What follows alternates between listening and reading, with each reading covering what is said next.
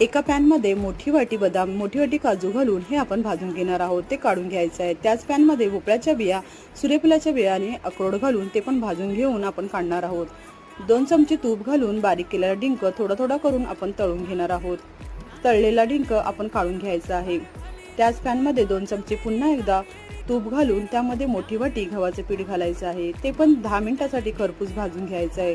पीठ आपलं खरपूस झाले की त्यामध्ये 1 वाटी डेसिनेट कोकोनट आणि मनुका घालून 5 मिनिटांचा हे पीठ भाजून घ्यायचं आहे। पीठ भाजून झालं की ती परातीत काढून घ्यायचं आहे।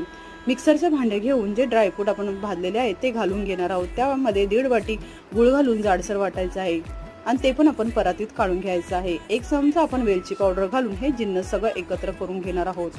त्यामध्ये थोडं थोडं करून तूप घालून लाडू वळता येईल एवढं तूप आपल्याला घालायचं आहे। हे आपल्याला छानपैकी सगळे लाडू वळून घ्यायचे आहेत। अशा प्रकारे पौष्टिक लाडू तुम्ही नक्की करून बघा।